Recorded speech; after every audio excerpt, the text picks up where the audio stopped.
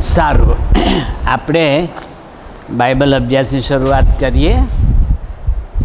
24મો અધ્યાય અને એની 15મી કલમથી આજે આપણે શીખવાનું છે. શરૂ કરીએ તે પહેલાં આવેલા સર્વને ઈસુના નામમાં પ્રેમી સલામ પાઠવું છું. હવે જૂનો કરાર જો તમારે ખરેખર શીખવો હોય તો એ શબ્દાર્થ પ્રમાણે નહીં શીખાય. એના શબ્દના અર્થ લઈને શીખશો તો શીખાશે નહીં. કેમ? કારણ કે મોટા ભાગના પ્રબોધકોએ પ્રતિકાત્મક વાત લખી છે. એનું પ્રતિક મૂકીને આખી વાતો કરી છે. હું બીજાની વાત જવા દઉં, પણ આપણા હિજકીએલે અને આપણે છેલ્લા 2 બુધવારથી શીખી રહ્યા છે તેમાં પહેલાં પેલી 2 બહેનોનું પ્રતિક આવ્યું, મોટી બેન ને નાની બેન, બરાબર? પણ એ બેન નથી, એ તો યરુશાલેમ અને સમરૂન હતા. એ પ્રતિક થયું.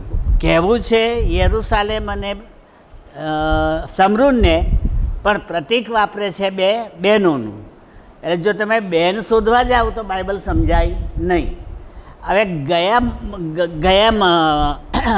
સોમવારે આપણે કઢાઈનું રૂપક જોયું, પ્રતિક કઢાઈનું જોયું. કઢાઈ અને એની અંદર બધો કાઠ હતો ને એને ઉકાળીને મેં પાણી નાખ્યા ને મેં હાડકા નાખ્યા ને ઓગાળ્યા ને. હવે એ જે છે હકીકતમાં કઢાઈ લેવડાવી હશે, ગરમ કરી હશે, પાણી રેડ્યું હશે, પણ એ આપણા કામનું નહીં. એ પ્રેક્ટિકલ કરી બતાવ્યું, પણ એ કોના માટે? ઈસુના ન્યાય માટે. ઈસુનો ન્યાય એ આપણી કઢાઈ છે અને આપણે એના હાડકા છીએ ગમતા. આપણે એમાં જઈને ન્યાય કાળે ચકાસણી થશે અને જો નક્કામાં આવીશું તો બળી જઈશું ને સાચા આવીશું તો સોનાની માફક બહાર આવીશું. એટલે અહીં કઢાઈનું રૂપક આવ્યું. હવે આજે જે રૂપક આવે છે એ પાછું એના જેવું જ છે.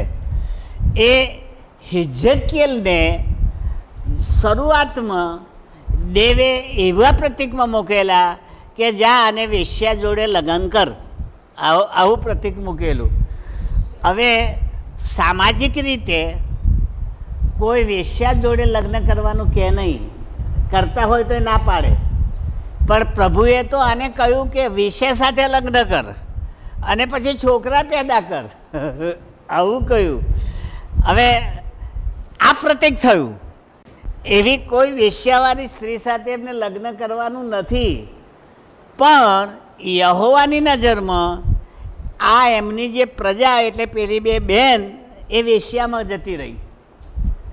અને હિજકીએલને કહે છે કે એની સાથે સંબંધ બાંધ.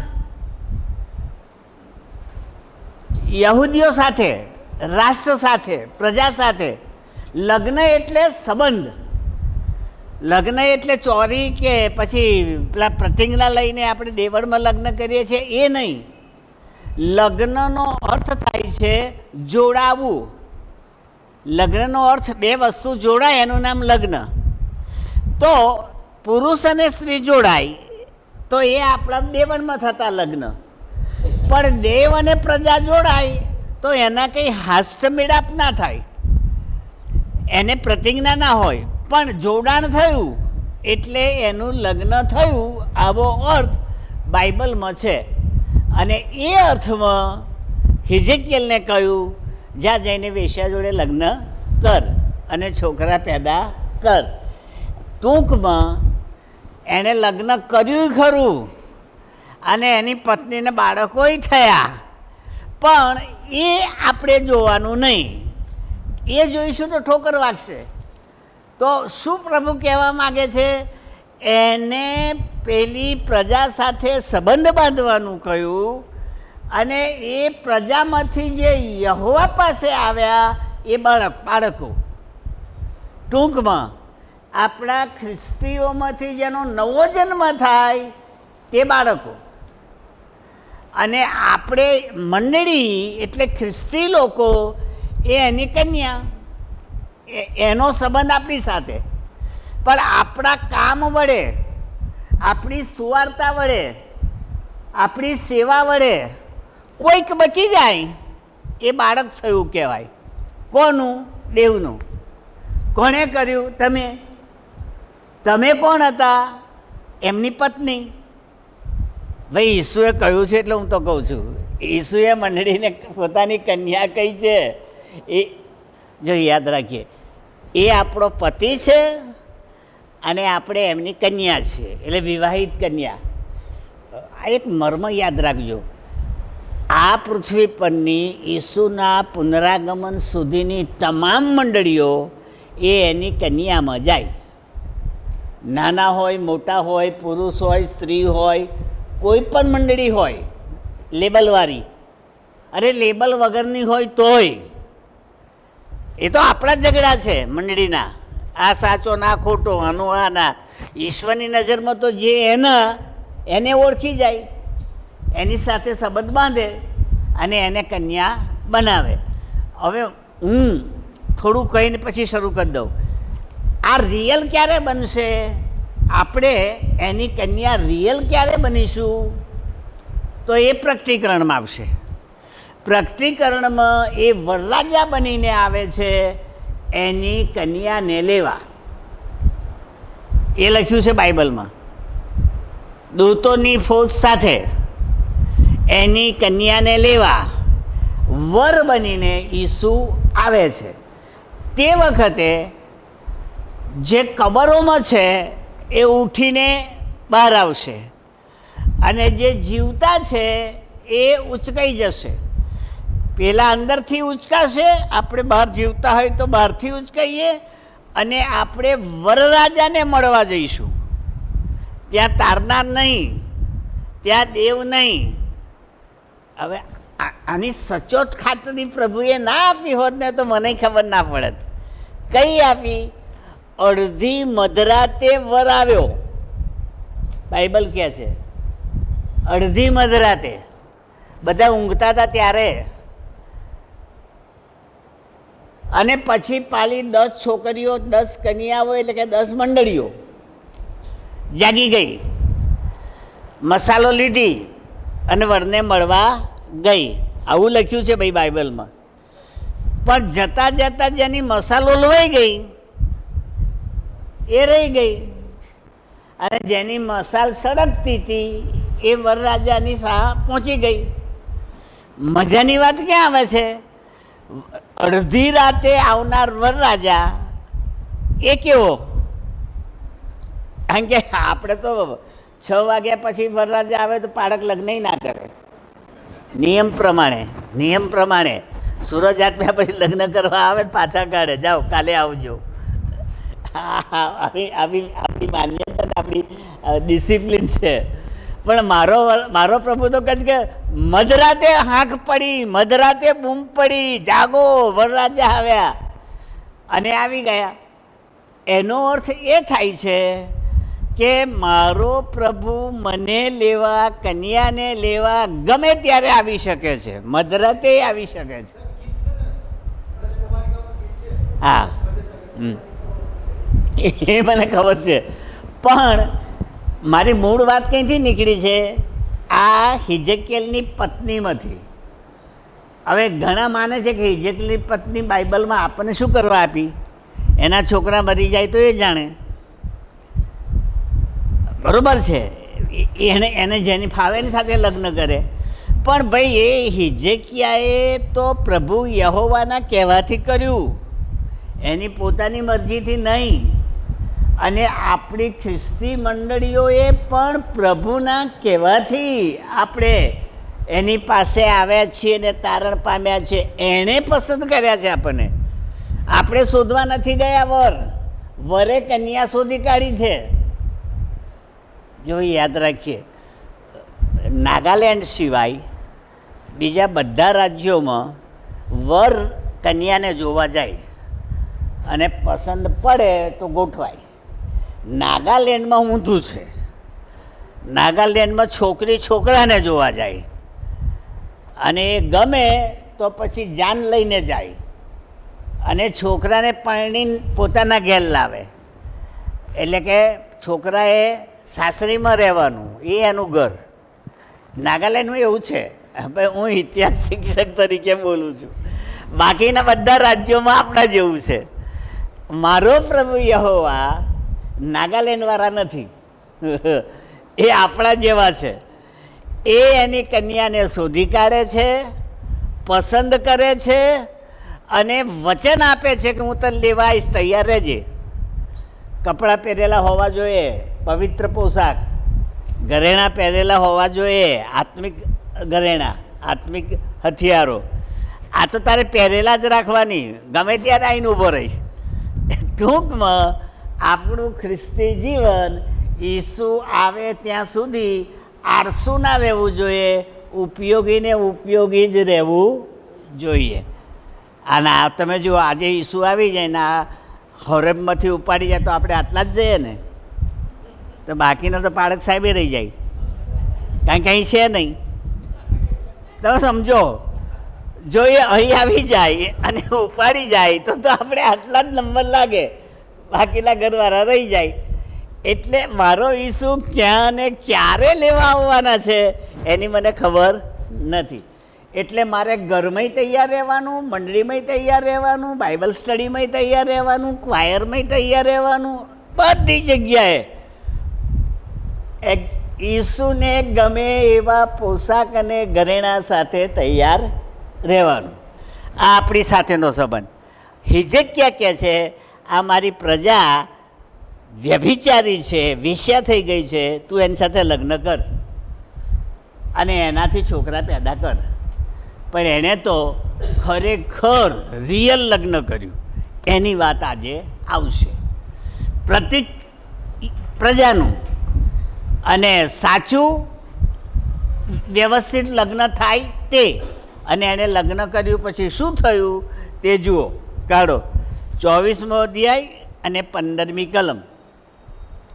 વળી યહોવાનું વચન મારી પાસે આવ્યું, હે મનુષ્ય પુત્ર, જો જે તારી આંખોને પ્રિય છે તે હું એક સપાટે તારી પાસેથી લઈ લઉં છું, તો પણ તારે શોક કે વિલાપ કરવો નહીં, તારે આંસુઓ પાડવા નહીં. શું કહ્યું યહોવાએ? તને જે પ્રિય છે, તારી આંખને જે ગમે છે એને હું લઈ લઈશ, એક સાથે લઈ લઈશ, અચાનક લઈ લઈશ, પણ તારે રડવાનું નહીં, તારે શોક નહીં કરવાનો. હવે કોઈ પણ વસ્તુ જ્યારે આપણને પ્રિય હોય, ગમતી હોય અને અચાનક જતી રહે તો આ શિખામણમાં આપણને મન ના લાગે, તો આપણને શોક થાય જ, દુઃખ થાય જ. એ કહેતોય રડીએ, એટલે ના રડીશ તોય રડીએ. યાદ રાખીએ, આપણી પ્રિય વસ્તુને ગુમાવીએ છીએ ત્યારે દિલાસા આપનારા માણસો હોય છે, પણ જેના હૃદયની અંદર આ વેદના છે એને જ ખબર પડે છે કે આ એના મૌનો દિલાસો મને અસર કરતો નથી. મારા હૃદયની વેદના હું જાણું છું, આ હકીકત. હવે પ્રભુ શું કહે છે? તારા સંતાનો એટલે તારી પત્ની એ તારી આંખને પ્રિય છે, તને ગમે છે, એક ઝટકે હું લઈ લઈશ. અને લઈ લઈશ એટલે ખરેખર લઈ લીધી, પણ તારે રડવાનું નહીં. એનો અર્થ શું થયો? શોક નહીં કરવાનો. હવે કોઈ પણ સાચો પ્રબોધક હોય ને, સાચો પારક હોય ને, સાચા સેવક હોય ને, અને એને જે પ્રિય હોય મંડળી, સદસ્યો, એ જો અચાનક જતા રહે તો એમને દુઃખ થાય જ. અને પ્રભુ કહે છે ના, દુઃખી નહીં થવાનું, રડવાનું નહીં. તને ગમે છે, મને ખબર છે, પણ એ જતું રહેતા શોક કરવાનો નહીં. આ ઇઝરાયેલીઓ માટે લાગુ થયું. ઇઝરાયેલીઓ એ દેવની પસંદ કરેલી જાતિ છે એમ જૂના કરારમાં લખેલું છે. યાકૂબના સંતાનોને દેવે પોતાની પસંદ કરેલી જાતિ એટલે કે કન્યા કે પત્ની ગણી છે. અને આપણે નવા કરારમાં પિતરના પત્ર આધારે, બીજો અધ્યાય ને 9મી કલમ આધારે કહીએ, એણે કહ્યું છે તમે પસંદ કરેલી જાતિ, પવિત્ર પ્રજા અને રાજમાન્ય યાજક વર્ગ છો. એ કોને કહ્યું? યહૂદીઓને નહીં, આપણને, મંડળીને કહ્યું, વિશ્વાસીઓને કહ્યું. એટલે જેમ યહોવાએ ઇઝરાયેલીઓને પસંદ કરે ને, એમ નવા કરારમાં ઈસુએ આપણને પસંદ કર્યા. હવે જેને પસંદ કરે એ ગમે તો પસંદ કરે, ના ગમે તો નહીં. કોઈ પણ વસ્તુ પસંદ કરીએ આપણને ગમે તો, એનો અર્થ એ થયો ઈસુએ આપણને પસંદ કર્યા, એનો અર્થ કે ઈસુને આપણે ગમીએ છીએ, એ આપણા પર રાજી છે, એને આપણા પર ભરોસો છે કે આ મારું છે ને મારું રહેશે. પણ આજના વચન પ્રમાણે આડા ગયા, વેશ્યા બન્યા, બીજાની ભજન કરવા ગયા, એટલે પ્રભુએ લઈ લીધા. ટૂંકમાં આપણે પ્રભુના ખરા, પણ જો આડા ચાલીએ તો ન્યાય કાળે શિક્ષા થાય. આમાંથી હું ના છટકી શકું. ભલે ને મને બાઇબલ આવડતું હોય, ભલે ને હું ઉપદેશ કરતો હોય કે બાઇબલ શીખવતો હોય, હું આડો ચાલું તો મારો પ્રભુ તમારા પહેલાં મને શિક્ષા કરે. એ નિયમ છે, એ પદ્ધતિ છે. અને એટલે હું તો ચેતતો જ રહું છું, કારણ કે પ્રભુ જેવો છો તારો છો, આડો ચાલો તો સીધો કરજે, કારણ કે મારાથી થઈ શકતું નથી. તો એ વાત અહીંયા લખી કે એને લગ્ન કરવાનું કહ્યું હતું અને એની પત્નીનું મરણ થયું ત્યારે એને શોક કરવાની ના પાડી. જુઓ વાંચીએ, વિલાપ કરવો નહીં અને આંસુઓ પાડવા નહીં. 17મી કલમ, નિશાસા નાખજે પણ મૂંગો રહીને. તમે સમજો છો? દુઃખી થવાય પણ દેખાડો ના કરીશ. દુઃખી થયું બતાવતો નહીં. મને લાગે છે કે પાઉલે પણ મંડળીને આવું લખ્યું હતું કે વિશ્વાસીઓએ અવિશ્વાસીઓની માફક મરણ વખતે રડવું નહીં, મરણ વખતે શોક કરવો નહીં. કોના? અવિશ્વાસીઓની માફક. આપણે વિશ્વાસી છીએ તો પછી પાઉલે એનો ખુલાસો કયો કર્યો? કેમ આપણે નહીં રડવાનું? આપણે માણસ જ છીએ ને, તો એ રડે તો આપણને કેમ રડવું ના આવે? તો પછી પાઉલે આ પ્રમાણે ખુલાસો કર્યો, એમની પાસે આશા નથી એટલે રડે છે. તમને તો જીવતા થવાની આશા મળી છે. જેના પાછળ તમે રડો છો એ તો જીવતા થવાના છે. આ મગજમાં રાખો. એટલે રડવાનું નહીં, દુઃખી થવાનું. હૃદય, અહીં લખ્યું છે હૃદયમાં ખેદ હોય પણ દેખાડો નહીં કરવાનો. પણ મને લાગે છે જો દેખાડો ના કરીએ તો લોકો જાણી જોઈને રડાવે. હવે દેવા માણસો છે, તમને ગમે તેમ કંઈ રડાવડાવે. એટલે જગતના માણસો એ ગમે તે કહેતા હોય, પણ મારું બાઇબલ અહીં અત્યારે એમ કહે છે કે તું આંસુ પાડતો નહીં અને શોક કરતો નહીં, મૂંગો રહેજે અને મુયેલાના માટે શોક ન કરતો, એટલે મરેલા માટે ના રડીશ એમ કહે છે. માથે તારો ફેંટો બાંધ. સાંભળજો, માથે ફાળિયું બાંધવું કે ફેંટો બાંધવો એ તૈયારીની નિશાની છે, બહાર જવાની. બહાર નીકળવાનું હોય તો યહૂદી લોકો ફેંટો બાંધતા હતા અને બહાર નીકળતા હતા, પાઘડી પહેરીને બહાર નીકળે. એ નિયમ હતો આપણા પૂર્વજોનો, આપણા વડવાઓનો. પણ જો મરી ગયું હોય ને તો માથું ઢાંકાય ખરું પણ ફાળિયું ના બંધાય. રૂમાલ નંખાય પણ ફાળિયું બંધાય નહીં. કેટલીક જગ્યાએ, હવે તમે માનો કે ના માનો પણ બાઇબલમાં છે એટલે માનવું જ પડશે, કેટલીક જગ્યાએ બાઇબલમાં એવા પ્રસંગો બતાવ્યા છે કે માથાના વાળ પણ કપાવો. ટોલિયું કરાવ. પણ આપણે ખ્રિસ્તીઓ નથી કરાવતા.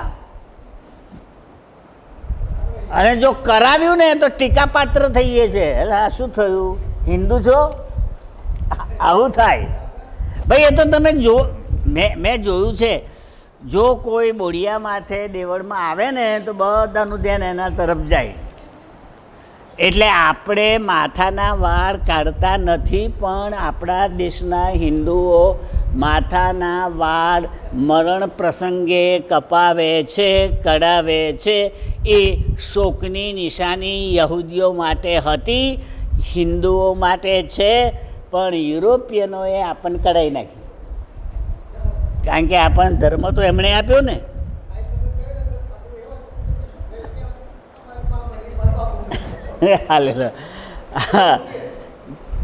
જો જુ ક્રિશ્ચન હોય ને, જુ ક્રિશ્ચન, એને તમે આ કહો ને તો એ તમારું નહીં માને, એ એમના રિવાજોને માનશે. પણ આપણે જુ ક્રિશ્ચન નથી, આપણે યુરોપિયન ક્રિશ્ચન છીએ. એટલે એમની સંસ્કૃતિ પ્રમાણે આપણને બાઇબલ મળ્યું છે, યહૂદી રિવાજ પ્રમાણે નહીં. એટલે યહૂદી સંસ્કૃતિના રિવાજ અને આપણા હિન્દુ સંસ્કૃતિના રિવાજ લગભગ સરખા જાય છે. પણ આ પરદેશમાંથી જે મિશનરીઓ આપણને ખ્રિસ્તી બનાવ્યા ને, એમણે આપણા જન્મથી આપણને એવું શીખવાડી દીધું કે પેલાનું ખોટું, અમે શીખવાડ્યા તે સાચું. એટલે આજે આપણે એવી પરિસ્થિતિમાં આવી ગયા છે કે અહીંયા લખેલું જટ સમજાતું નથી. ફાર્યું બાંધ, ઉઘાડો માથે ના રાખીશ. હું એવું માનું છું, વાળ કપાવેલું માથું દેખાવું જોઈએ નહીં. એટલા માટે પ્રભુ શોક કરવાની ના પાડે છે. સારું, ફેટો બાંધ. પછી લખ્યું છે પગે તારા પગરખા પહેર. અચ્છા, આ પણ રિવાજ હતો. મરણ પામે ને, અને મરણ પામેના અમુક દિવસ સુધી, અમુક એ યહૂદીઓ જાણે, મને લાગે 3, 4 કે 7 એવા કંઈ દિવસ છે, એ લોકો પગરખા પહેરતા નહોતા. એવો રિવાજ હતો. પણ શાંતિલાલને કેવી રીતે ખબર પડે, તમને કેવી રીતે ખબર પડે કે એવો રિવાજ હતો? તો તમારે શમૂએલનું પુસ્તક વાંચવું પડે, બીજો શમૂએલ. એમાં દાઉદ રાજાનો જ્યારે છોકરો મરી જાય છે ને, અબશાલોમ, બહુ વાલો, બહુ વાલો, બધાના કરતાં વાલો, ઓ મારા દીકરા અબશાલોમ એમ કહીને રડે છે. અને રડતો રડતો પર્વત જૈતુન પર ચડે છે ને, ત્યારે લખ્યું છે બાઇબલમાં, ઉઘાડા પગે ચડ્યો, શોક દર્શાવવા માટે. એણે ચંપલ ના પહેર્યા, પગરખા ના પહેર્યા. એ વાત આમાં આવી. કેટલુંક આપણે એમના રિવાજો જાણીએ ને તો સમજાય, નહીં તો નહીં સમજાય. શોક દર્શાવવા માટે હિબ્રુ સંસ્કૃતિમાં ઉઘાડા પગે ચાલવાનો રિવાજ દાઉદ રાજા જો પાડતો હોય તો એમની સંસ્કૃતિમાં હોવો જોઈએ. આ યાદ રાખજો. આમાં કેટલાક રિવાજો આવશે અને એટલા માટે આપણે શીખી રહ્યા છીએ. જો તારા હોઠ ઢાંકતો નહીં ને મરેલા માણસની રોટલી ખાતો નહીં. હોઠ ઢાંકવા એટલે મોં ઢાંકવું, મોં ઢાંકવું. તમે શું વાત કરે, જ્યારે શોક ગીત ગવાય, વિલાપ ગીત ગવાય, ત્યારે યહૂદી લોકો માથા ઉપર રૂમાલ જેવું વસ્ત્ર રાખતા હતા અને પછી એના વડે મોં ઢાંકતા હતા. મોંના બદલે અહીં હોઠ લખ્યું છે. હોઠ ઢાંકવા એટલે મોં ઢાંકવું. હવે મને તો મારા ભારતની સંસ્કૃતિના કેટલાક પ્રસંગો મેં જોયા છે ને, કે જ્યારે કોઈ પણ માણસ હિન્દુ સંસ્કૃતિમાં મરી જાય ને, હમણાં નીકળી ગયું, પણ માથા ઉપર આટલે સુધી આમ કપડું રાખી અને પછી એમની સભામાં બેસે. એ ધીરે ધીરે ભણે એમ ગયું, પણ વર્ષો પહેલાં આ રિવાજ હતો. મોં ઢાંકીને રડવાનું, હોઠ દેખાવા ના જોઈએ અને પોક મૂકવાની. તમે ગામડાની અંદર કોઈ મરી જાય ને તો રડવું ના આવતું હોય તો બનાવટી પણ રડવાનું. ત્યાં ભાગળમાં પેસે ને એટલે પછી પેલો મોં ઢાંકે, પોક મૂકે, રડતા રડતા આવે. ખરેખર ના રડતા હોય હો, પણ પેલા જેના ઘરમાં મરણ પામ્યું છે એને રડાવવાનું છે, એટલે જાણી જોઈને રડતા રડતા આવે. આવા નાના નાના ટ્રેડિશન, આવા રીત રિવાજો જે આપણા ભારતીય સમાજમાં છે એવા યહૂદી સમાજમાં હશે, એટલે અહીં એનો ઉલ્લેખ કર્યો છે.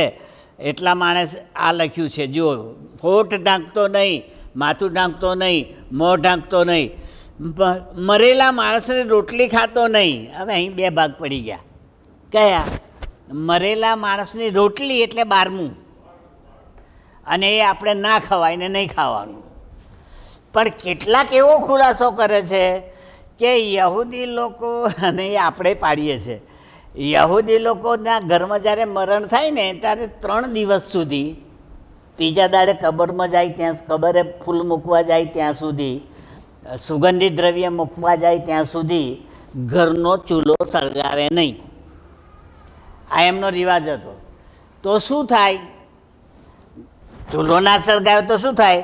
તો આડોશી પાડોશીના માણસો ચા અને નાસ્તો લઈને એના ત્યાં જાય, અથવા જમવાનું બનાવીને એના ત્યાં જાય, અને એને દિલાસા ભોજન તરીકે આપણે ઓળખીએ છીએ અને આપણી મંડળીમાં પણ પાડવામાં આવે છે. પણ અહીં તો ચોખ્ખું કહ્યું, મરણ પાછળની એ નાસ્તાવાળી ક્રિયાએ નહીં કરતો, એ રોટલી ના ખાતો. ના પાડી હિજકીએલને, રિવાજ છે, પાડવો જોઈએ, ખોટું નથી. પણ હિજકીએલને કહે છે એ નહીં ખાવાનું, તારે ભૂખ્યો જ રહેવાનું. મરણ ક્રિયા પાછળની રોટલી એ બહુ અગત્યનું છે. હિન્દુ લોકો 12મા દાડે કરે, પણ આપણે 3 દાડા સુધી તો લોકો આજુબાજુના આપી જાય છે અને ખાઈએ છીએ. હું માનું છું કે કેટલું અઘરું પડે. એક તો મરણ, એક તો દુઃખ, પાછો કોઈ આપવા આવે તો ખાવાનુંય નહીં. આ સ્થિતિ હિજકીએલની થઈ છે. અને યાદ રાખીએ, મારો પ્રભુ ઈસુ મરી ગયો ત્યારે એના કુટુંબીજનોની બહેનોએ રવિવારે સવારે કબરને ગઈ ત્યાં સુધી કોઈ રોટલી કે નાસ્તો કર્યો નહોતો. બાઇબલમાં તો નથી જ. આડોશી પાડોશી દિલાસો આપવા ગયા, પણ આ જેને આપણે મરણ પાછળની જમણ ક્રિયા અથવા તો નાસ્તા ક્રિયા નથી, શોક ભોગવ્યો છે 3 દાડા સુધી. આ વાત સામાજિક રીતે ભલે જુદી હોય, પણ બાઇબલ પ્રમાણે મારા પ્રભુએ હિજકીએલને કહ્યું કે તારે રોટલી ખાવાની નહીં. 14મી કલમ અને 18મી. આ પ્રમાણે મેં સવારમાં લોકોને કહ્યું. જો પ્રભુએ એને કહ્યું, એણે લોકોને કહ્યું આવું કરજે, અને સાંજે મારી સ્ત્રી મરણ પામી. આ કહ્યું લોકોને ત્યાં સુધી એની પત્ની જીવતી હતી, અને સાંજે એની પત્ની મરી ગઈ. હવે એણે કરવાનું આવ્યું, જે એણે શીખ્યું એ એણે કરવાનું.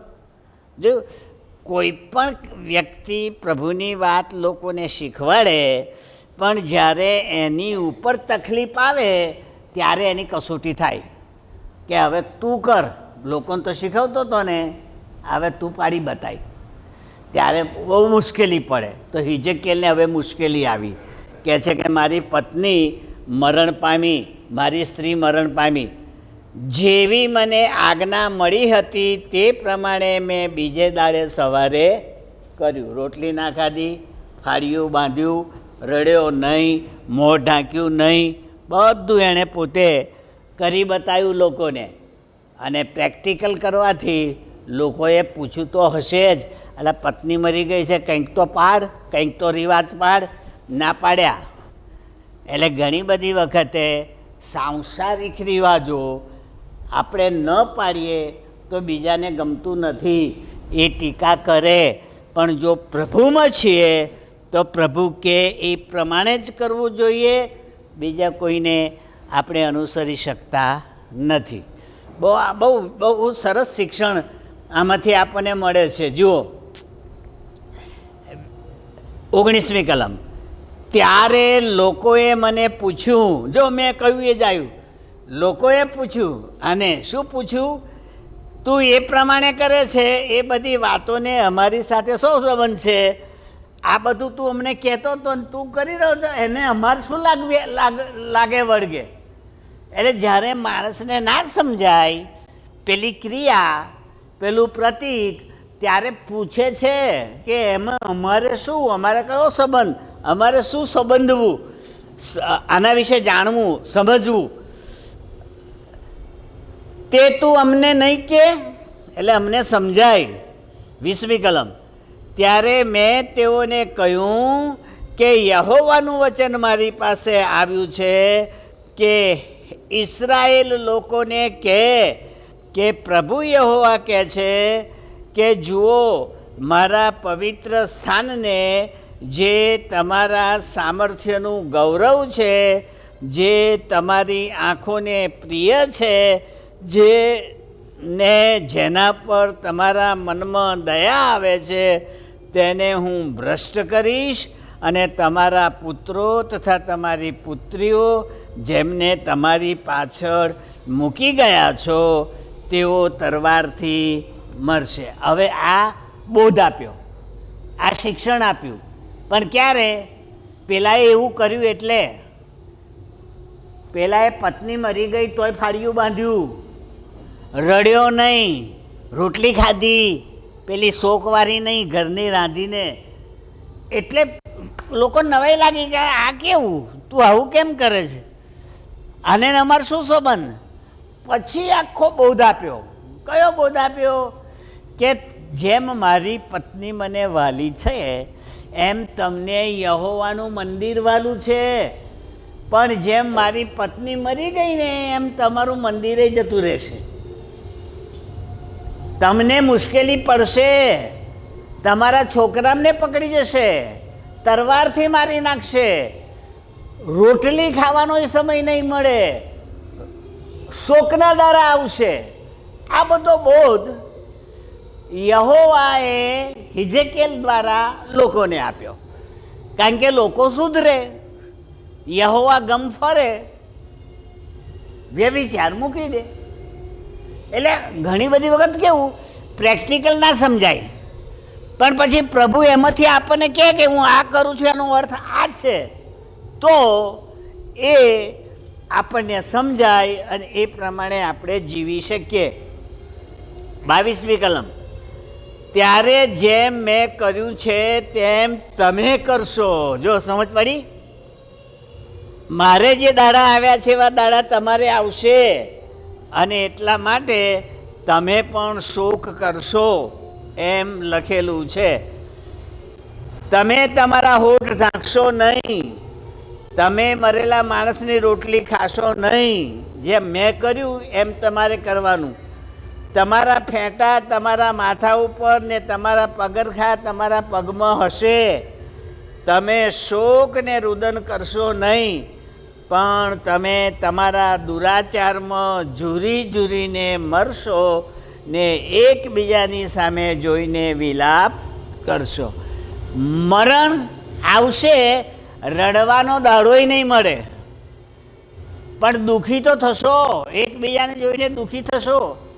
ટૂંકમાં મરણ પાછળની ક્રિયા ના કરવાનો સમય આવીને ઊભો રહેશે. કરવું હશે તો નહીં કરી શકો. દાખલા તરીકે કોરોના આવ્યું ત્યારે ઘણા બધા કુટુંબીજનોને પોતાના વાલાઓને દાટવાનું ના મળ્યું. ડૉક્ટર બારોબાર દવાખાનામાંથી સીધા દાટી આવ્યા ને સર્ટિફિકેટ આપી દીધું, ભાઈ તમારા ફલાણા ગયા, મરી ગયા, મોય નહીં જોવાનું.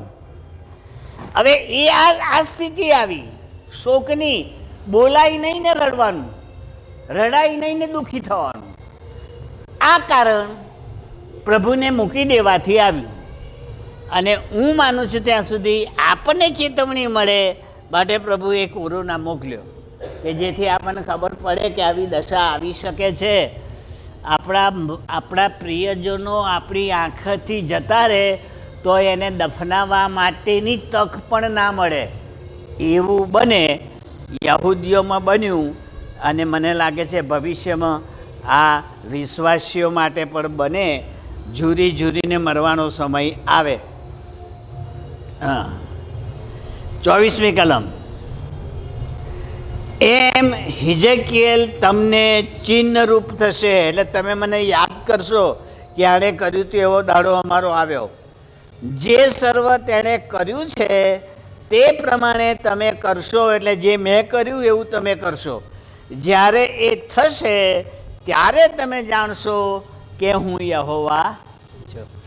જ્યાં સુધી આ નહીં બને ત્યાં સુધી તમને ખબર નહીં પડે.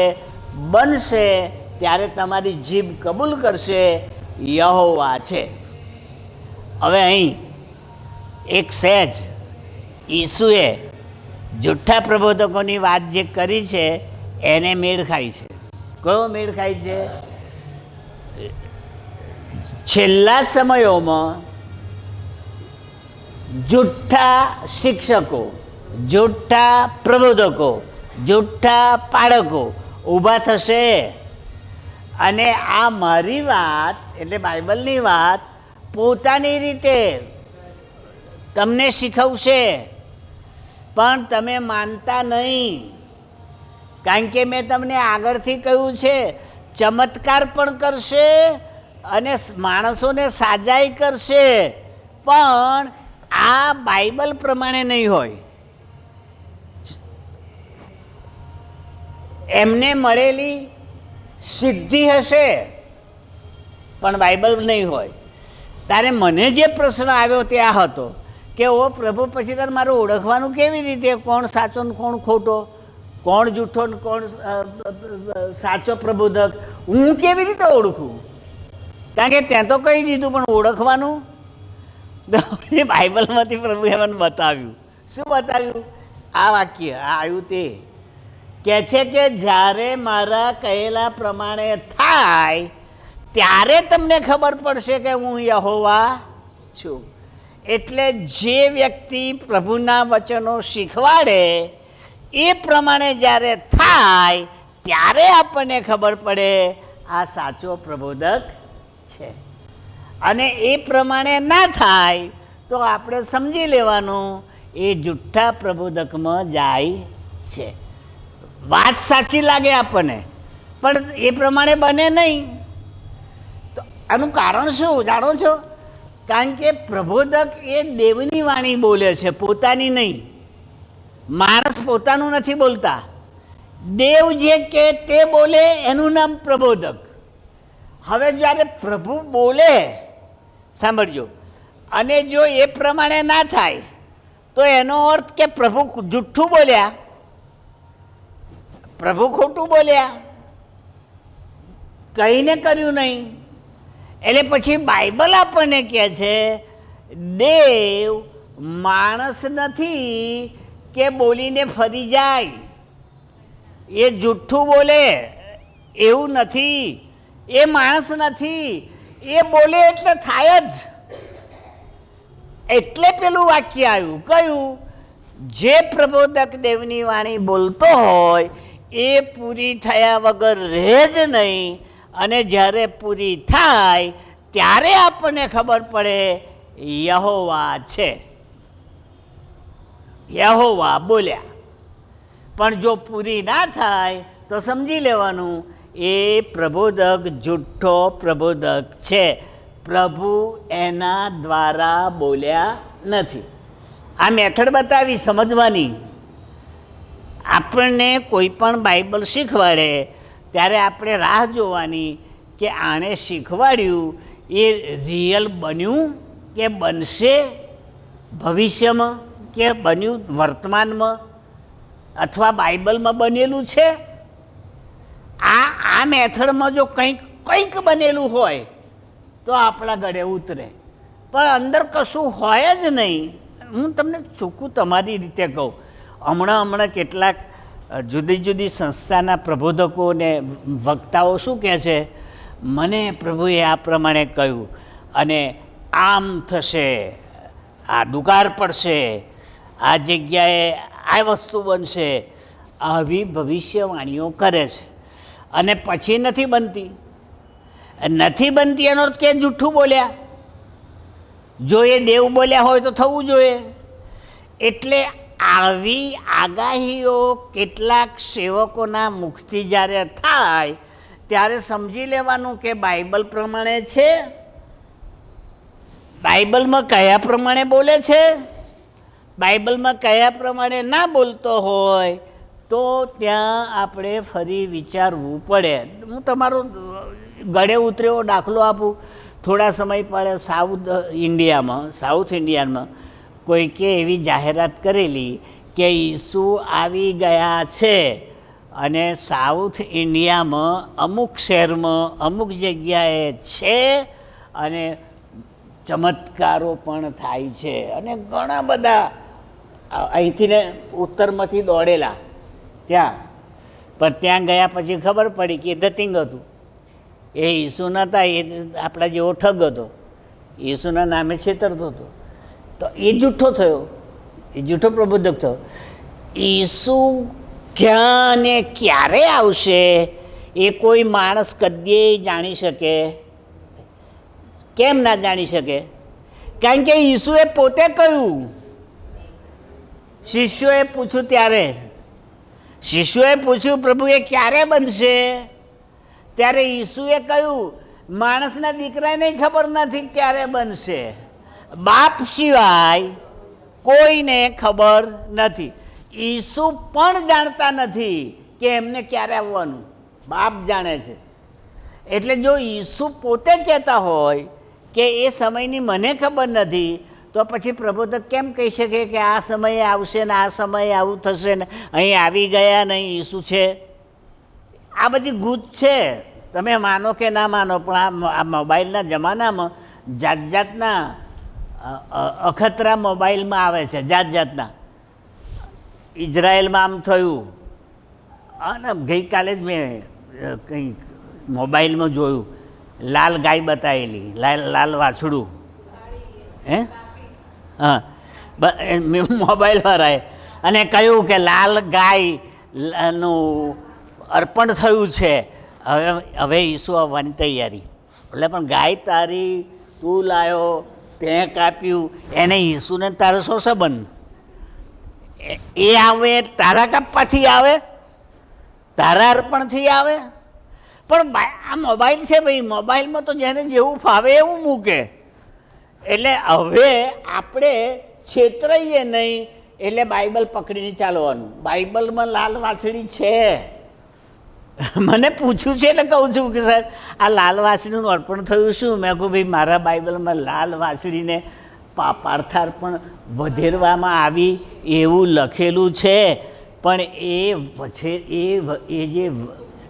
એ જે ગાયની લાલ વાછરડીને પાપાર્થાર અર્પણ તે વધેરીને શેકી અથવા બાળી એની રાખ એકઠી કરીને યહૂદીઓ મંદિરમાં રાખતા હતા અને શુદ્ધિકરણ માટે એ રાખ એના કપાળ ઉપર લગાવતા હતા. એ તો એ ક્રિયા યહૂદીઓમાં છે, આપણે કાઢી નાખી ઈસુના કારણે. ઈસુના મરણમાં હવે અર્પણ જ નથી રહ્યું, તો લાલ વાછરડી હોય કે ધોળી, કાળી હોય કે કાબરી, આપણે ક્યાં વાછરડી સાથે સંબંધ છે?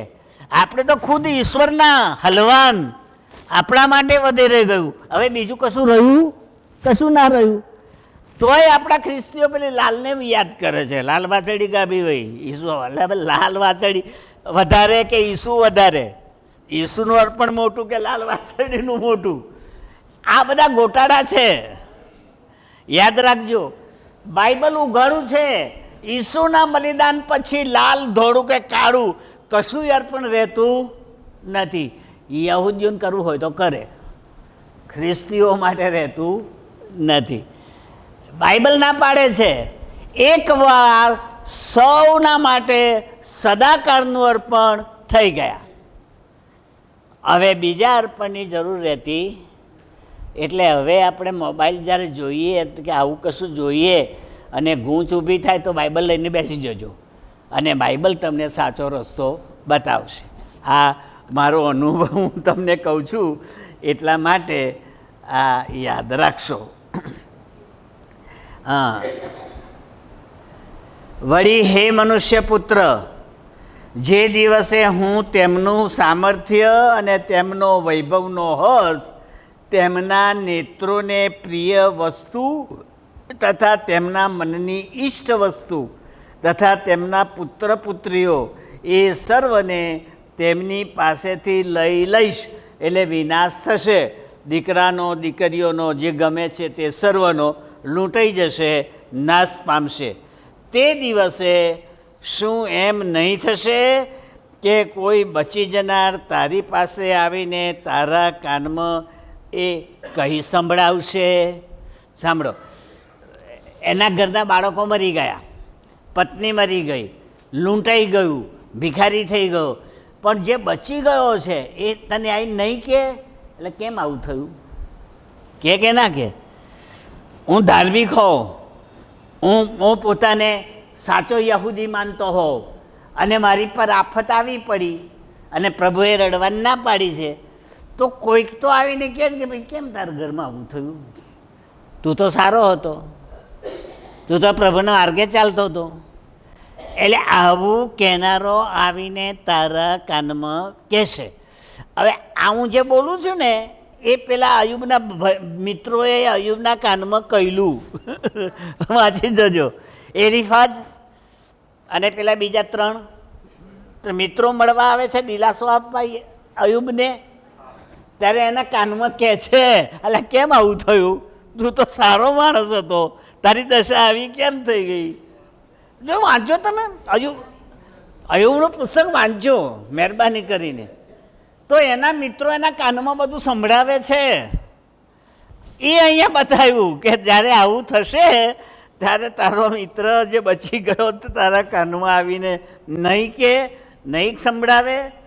27મી કલમ, તે દિવસે તારું મુખ ઉઘડી જશે ને બચી ગયેલા સાથે તું વાત કરશે ને ત્યારે પછી તું મૂંગો રહેશે નહીં. એમ હું તને તેમને ચિહ્નરૂપ થશે, ત્યારે તેઓ જાણશે હું યહોવા છું. હવે પેલો કાનમાં કહી જાય પછી જે જવાબ આવે એ પ્રભુનો હોય. અયુબે જે છેલ્લો જવાબ આપ્યો ને એમાં પેલા 4 મિત્રોને ભાન થઈ ગયું કે આ સાચો ભક્ત છે. જો વાંચજો તમે 4થા અધ્યાયમાં, અયુબનો છેલ્લો અધ્યાય, ત્યાં યહોવા કહે છે આ કોણ છે? આ તારી આગળ કોણ બેઠા છે? હું એમને શિક્ષા કરીશ. વગર સમજે સલાહ આપવા આવ્યા છે, વગર સમજે કાનમાં કહેવા આવ્યા છે. તે મારા વિરુદ્ધ કશું જ કર્યું નથી, પણ મેં તારી કસોટી કરી છે. અને આવા મૂર્ખાઓ કહે છે કે કેમ આવું થયું? કેમ ઊંધું માર્યું હશે તે કોઈનું, એટલે આવું થયું. ભાઈ યાદ રાખીએ, સારા માણસ ઉપર આપત્તિ આવે ને ત્યારે બીજા માણસો જે હોય ને એમ થાય કે કંઈક કોઈનું બગાડ્યું હશે એટલે જ આનું બગડ્યું. પણ હકીકતમાં તો એ ત્યાં પ્રભુની ભઠ્ઠી હોય, પ્રભુની ચકાસણી હોય, પ્રભુની શુદ્ધ કરવાની ક્રિયા ચાલતી હોય, એ એમને ખબર ના પડે.